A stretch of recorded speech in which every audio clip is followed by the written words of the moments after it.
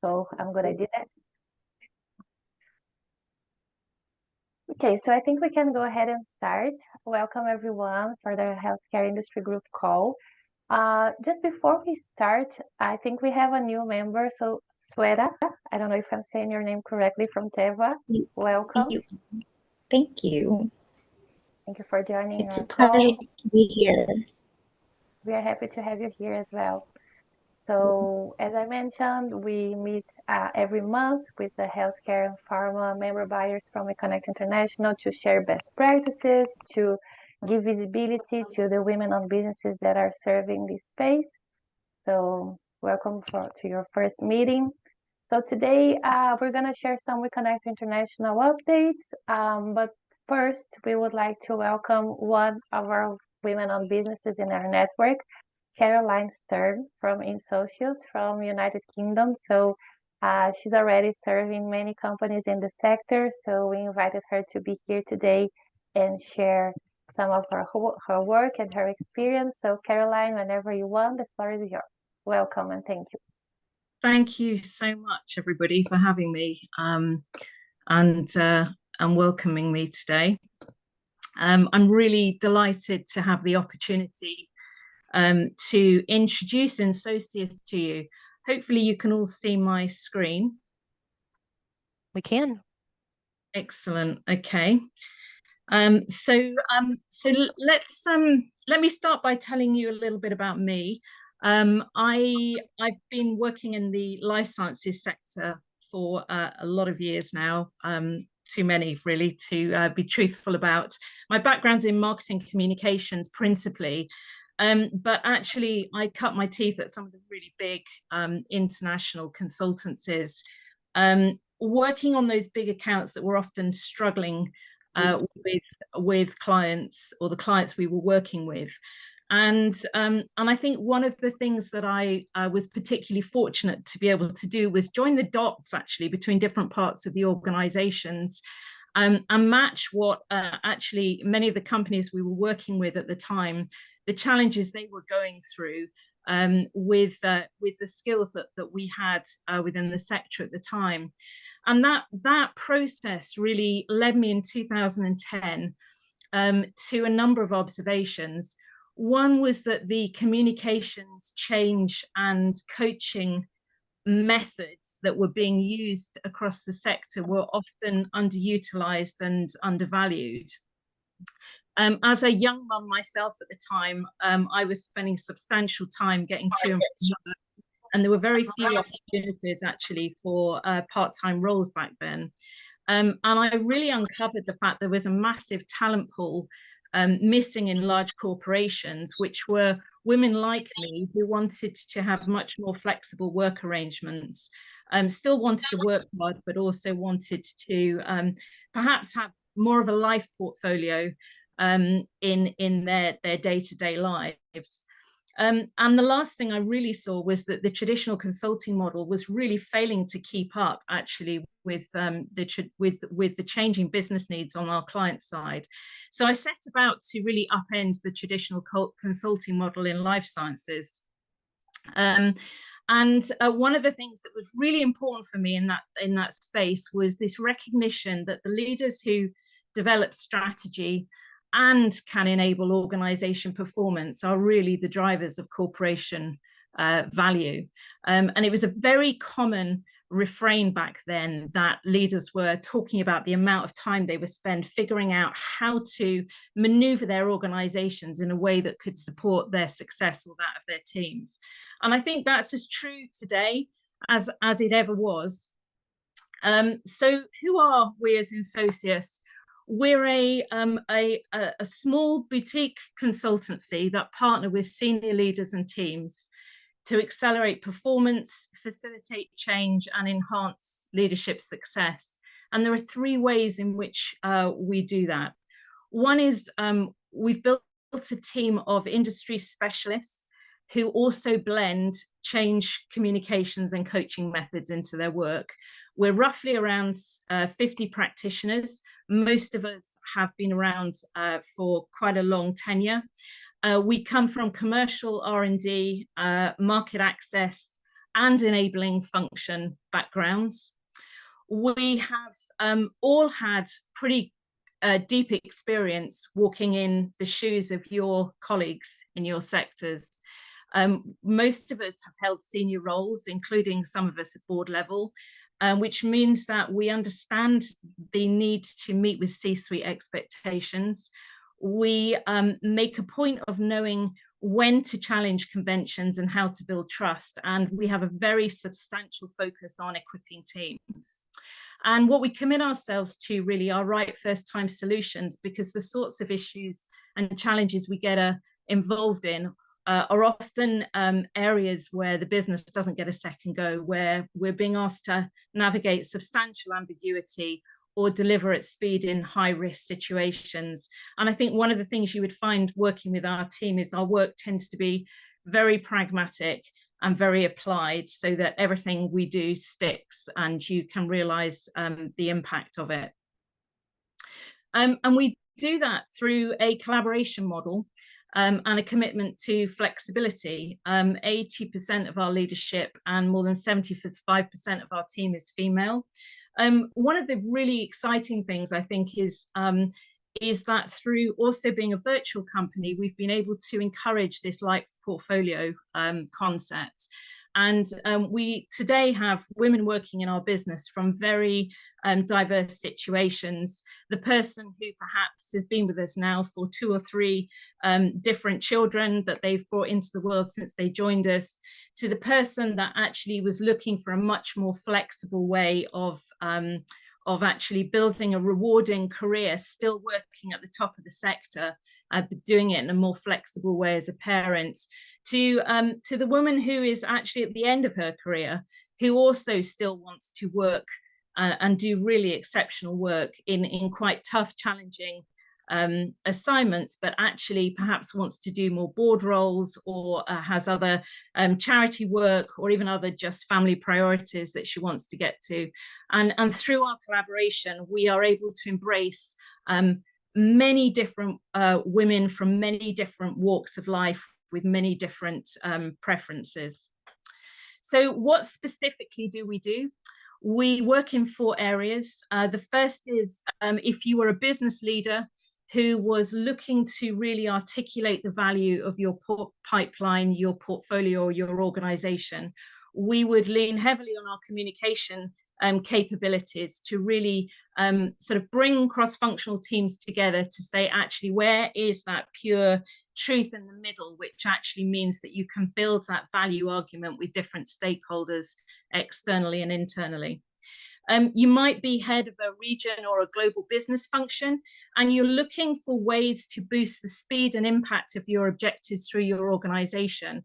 And we use change method combined with communications to really then look at the different networks across the organization and the different levels of organization through which you can drive those organization priorities that you're looking to do. And in this space, we particularly do a lot of work with leaders who are rallying general managers, particularly around new priorities, or who want to introduce new business priorities within different functions. The third area is you might be a head of transformational change, or you might be a business leader who is looking to transform your team. And through our change capability, we are able to really motivate organization-wide commitment to new opportunities. And we do a lot of work in that sort of classic change management space. And then the last area, which often arises actually out of those first 3, is what we call associate performance. And these are those leaders and teams who are really aspiring to be high performance, who perhaps as a team need to go on a journey in which they are really raising their capability and competency levels, working together. Perhaps they're a cross-functional team who actually needs to get sharper in moving into their priorities and roles to find different ways of getting out that business potential, but also one-on-one with leaders who just need the space to evaluate options that perhaps they haven't had chance to think about before. We work with many different companies across the sector, large and small. We don't have a minimum level of spend, which is important to us because actually we just really enjoy working on those tough, meaty challenges that different customers bring forward. So all of the groups we work with are at the forefront of delivering really exciting health and life science solutions. So where might you place us? I thought it would be good just to spend a couple of minutes talking about a couple of cases. In the first case is really a global business leader who was looking to equip general managers to advance stakeholder discussions in the area of rare diseases. We built a series of engagement tools that they could use to build collaborations with organizations they wanted to collaborate with to advance their agendas. We built tools to help them accelerate the understanding of diagnosis and to get policymakers particularly on board with why accelerating diagnosis and building infrastructure in that area would be important. We also worked in the access space around actually how you would encourage payers to make provision for access earlier than at point of approval. And lastly, many of you will be very familiar with the whole medicines pricing debate. But you can see these are topics that are very pervasive through lots of different functions and where we are very well equipped at bringing the cross-functional team together to look at how they put information together in a way that helps general managers to have those discussions with their stakeholders. So that's the first example. The second, very different, is with key account managers. This was a group of sales teams that were actually trying to deliver a tech-enabled, personalized customer experience through the introduction of new technology. You can imagine that the sales teams were really concerned about what this would mean in terms of their jobs. What was really interesting in this one was we lent heavily into our method base. We used focus groups to really uncover the internal perceptions of the key account managers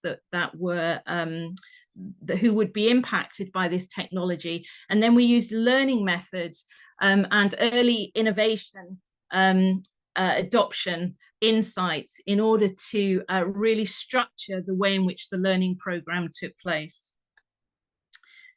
Another example is an organization that was looking to transform. They were moving towards a great opportunity in the future, and they wanted to really ignite the organization around that future.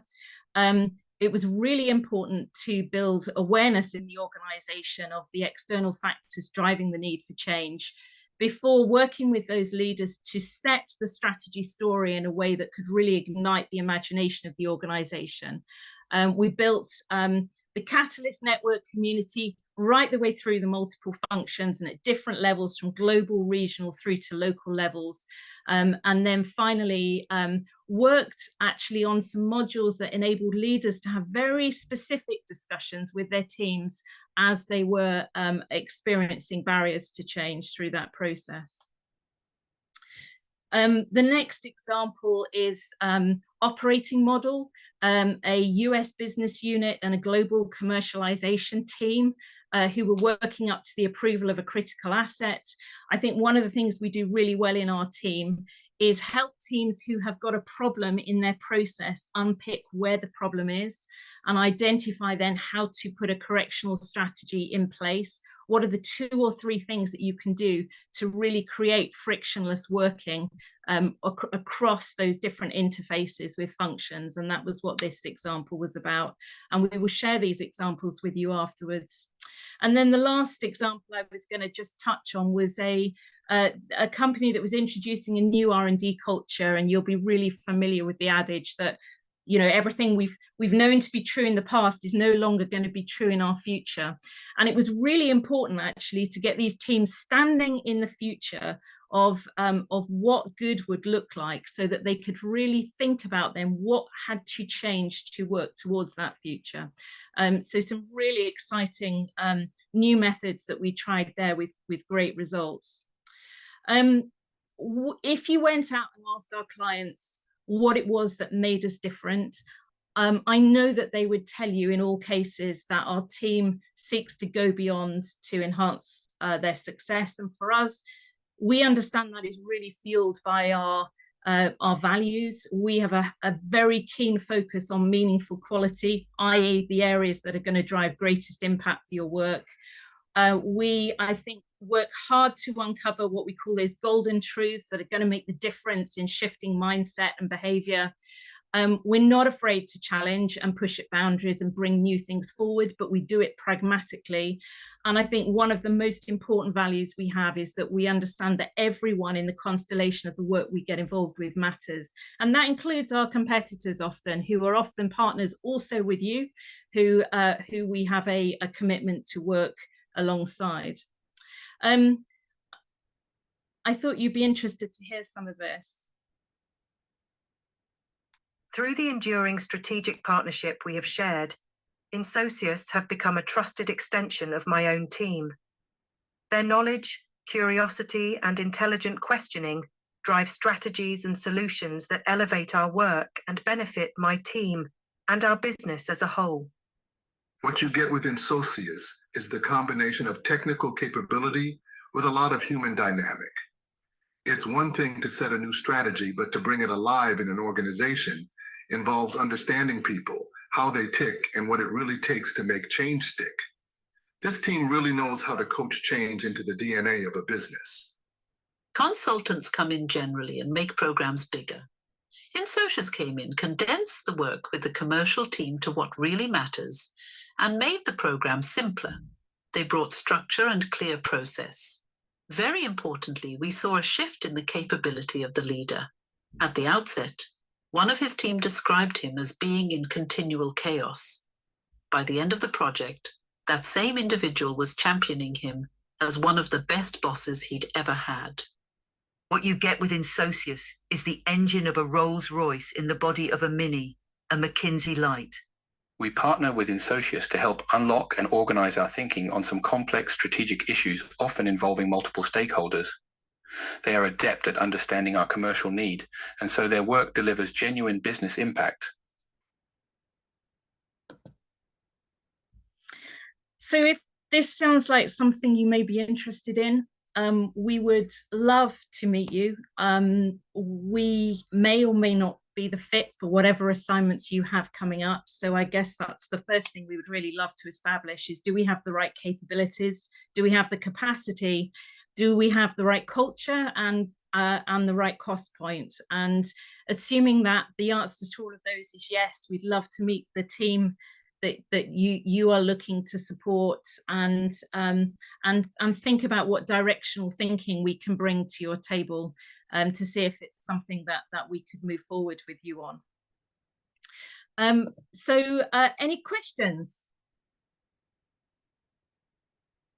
Hey, Caroline, it's Timo. I'm at Johnson & Johnson. I guess you know Janssen, Yes. our pharma business. Firstly, a huge thank you. Your pitch today was superb, probably one of the best I've seen, actually, if I could say anything to you. Thank you. It works, everything covered really well. And we already work with you. Yes, you do. And I was just having a look at our spend with you. It's interesting because I saw, in our wonderful world of procurement, we categorize our spend either rightly or wrongly. You're coming under media, creative agencies and consulting. How would I best describe you? I'm kind of thinking you as consulting. If I'm going to find anybody in J&J procurement you need to speak to, I think you need to speak to our business service team, the consulting team, rather than media or agencies. Is that a fair reflection?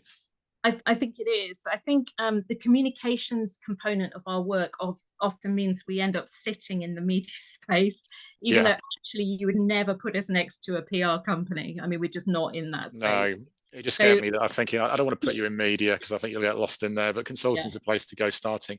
And the other question I had was, are you a UK headquartered company that's working globally, or are you a US headquartered? How does it work? So actually, we're a virtual company.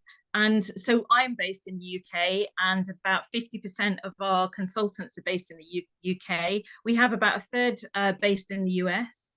So we also have team over there. Most of the work tends to be coordinated, so it comes through me as a first port of call, and I will then allocate the right team to whatever the assignment is based on the skills and experience that are needed. But the work in the US will be operated out of the US generally. Okay. No, I'd love to. Let's connect. I'd love to take a follow-up call with you. But thank you. Great. Look forward to it. Super. Thank you. Thank you, Timo. Hi. Any other questions or comments to Caroline? Yeah, hi Caroline. Really nice to see. Hi, yeah, really nice to see you again. And just wanted to echo what Timo said. What a brilliant pitch. Thank you. Caroline, I'm getting old. Well, in my head, are you headquartered in Switzerland? I'm just trying to remember back to our last conversation. No, we're in the UK, Louise. You're in the UK. Yeah. Brilliant. Okay, that's great. Thank you. We do have a team in Switzerland, if that's helpful. There are 4 or 5 of our collaborators out of Switzerland, both Zurich and Basel. Brilliant. And you're in Ireland as well, are you, Caroline, from our... Actually, we're not, no. Okay. We don't have anybody in Ireland. Okay, brilliant. Thanks. Nice to see you again, Caroline. You too. Thank you, Louise.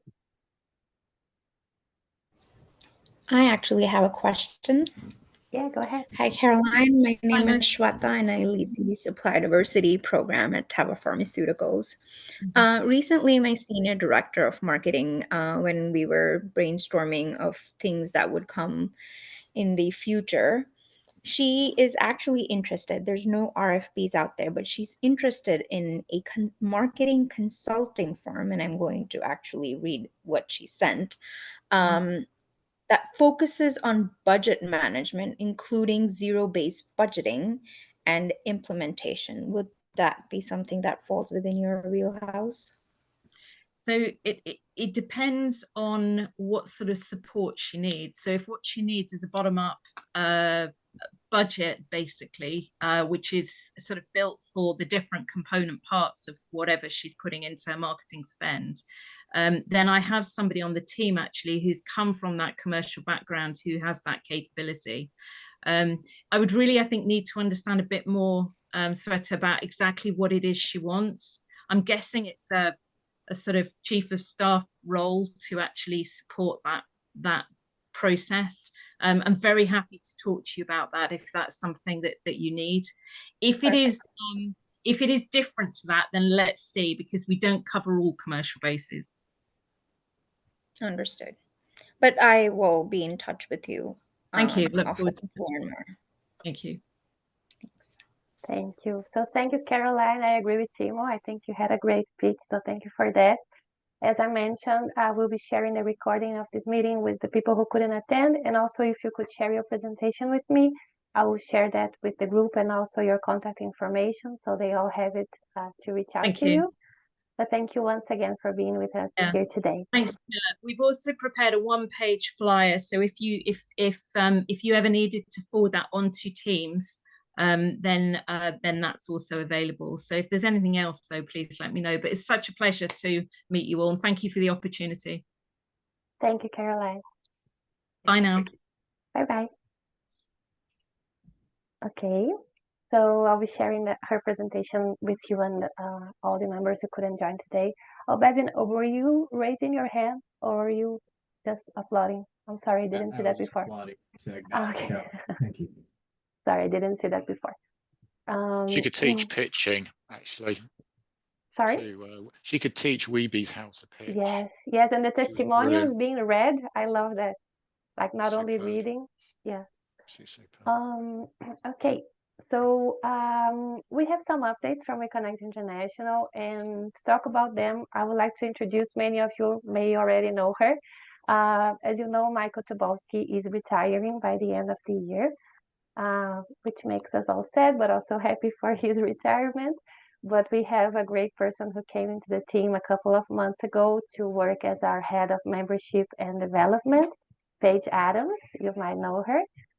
So Paige, I would like to please introduce herself and also share some of the updates that we brought today. Great. Thanks, Camilla, and good day, everyone. So I'm Paige Adams, and as Camilla shared, I have the honor of backfilling Michael Tobolsky, which, as we know, will be very difficult to do, but fortunately, he's working with me on the transition for several months, so it should be pretty seamless. For those of you who don't know me briefly, I have a deep background in supplier diversity. I led the program at PepsiCo. I was also in healthcare at Vizient doing similar work along with business development. And prior to that, I was with WeBank, the domestic certification agency, for a number of years, leading their development efforts. So I've worked with most of your companies and other of your counterparts, some of your predecessors. So it's very nice to meet all of you. And I'm just going to share my screen briefly for a couple of updates. And let's do that.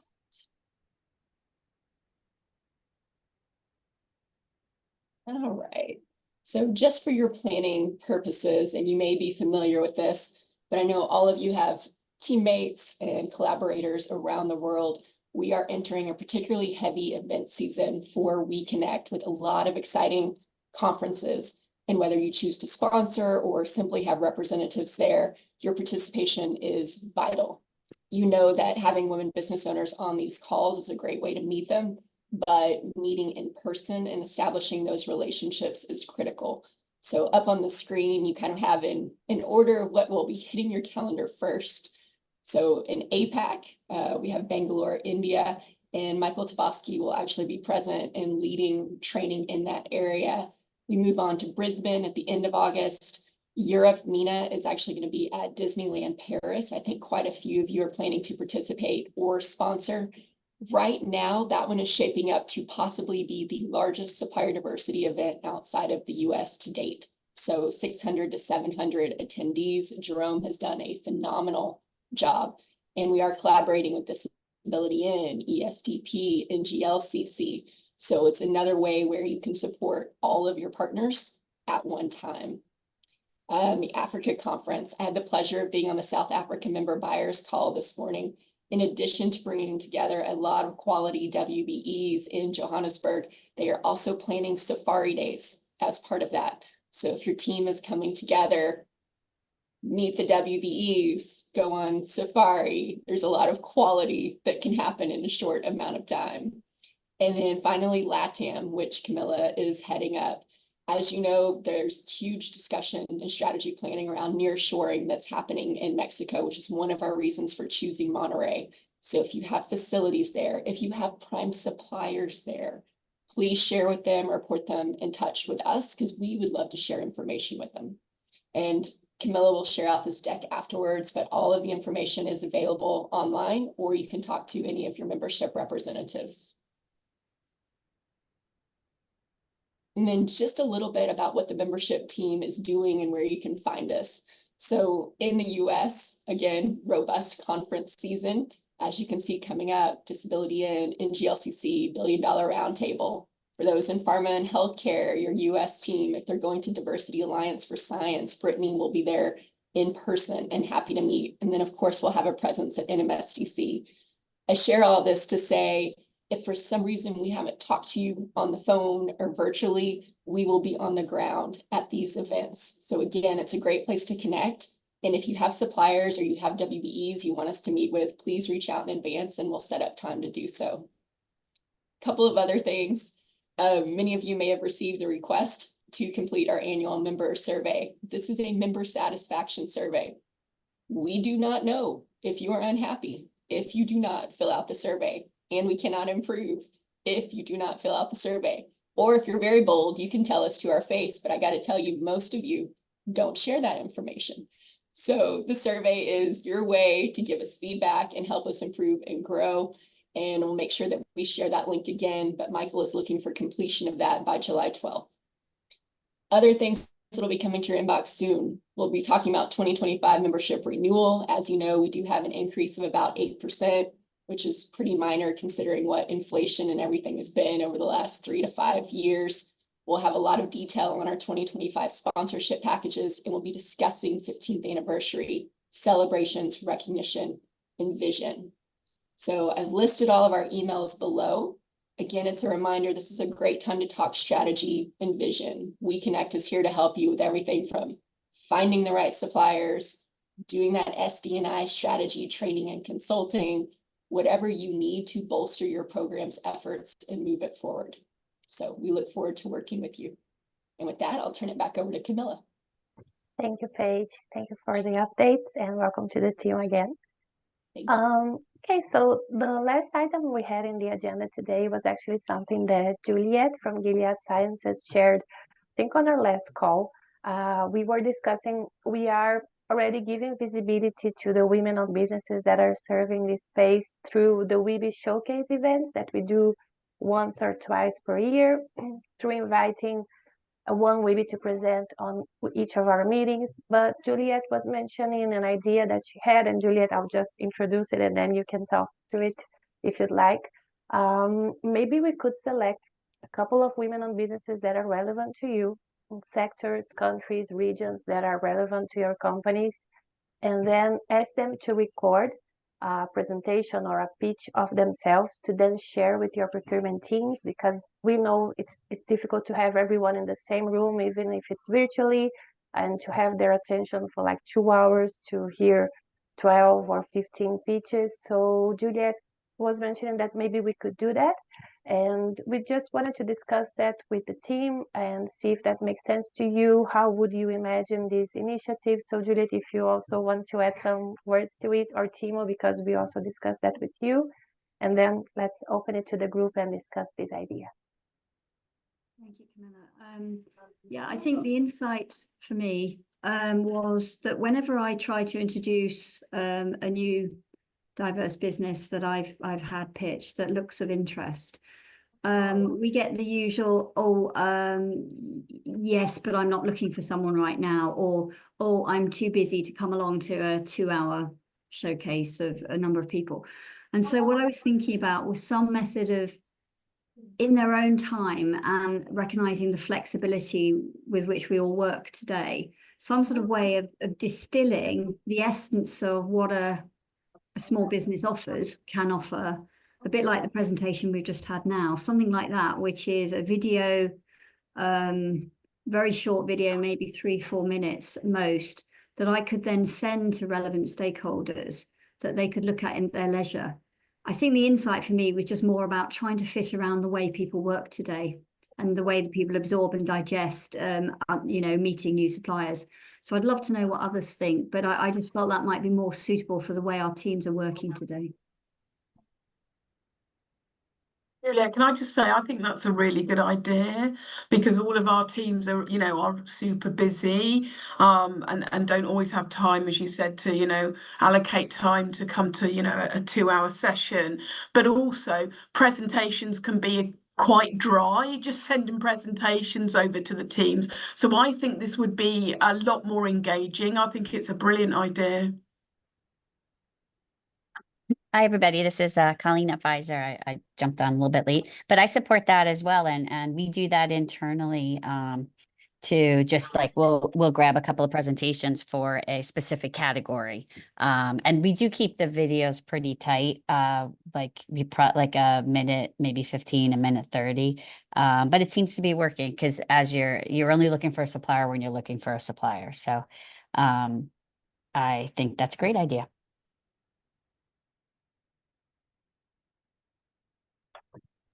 Bonnie also mentioned on the chat that she really likes the idea. Sorry, Timo, you're going to say something? Yeah, no, I think huge support, Juliet. One question I've got is, I don't know if this is something you could look at, Camilla, is there a way in we can create some kind of repository of videos and decks? Let's say a healthcare repository. I don't know how you do it, SharePoint or whatever, we could all access, or we can provide to our teams. My concern is that, we produce these amazing videos and then there'll be a pitch deck. We'll email it, but then it will get stuck in people's inboxes and they'll forget about it. Do you know what I mean? If it was in WeCommunity, that would be even more brilliant. But I know we've got challenges there. It's kind of working out how. I think somebody mentioned this. What happens with all of us is that great supplier, but we've got an existing supplier, and 2 years later we'll remember, oh, there was a great supplier that we spoke to, but it was 2 years ago. I can't even remember the name. So I think how we can make it work in practice with some sort of platform. I don't know if that's workable. Yeah, Michael, I don't know if you think, but I think the best way would be to have, we have our members only page inside our resources page on our website. We have the members only page where you have to have a password to access. And we do have the healthcare group folder there where we just have presentations and previous meetings recordings. But I think this would be the perfect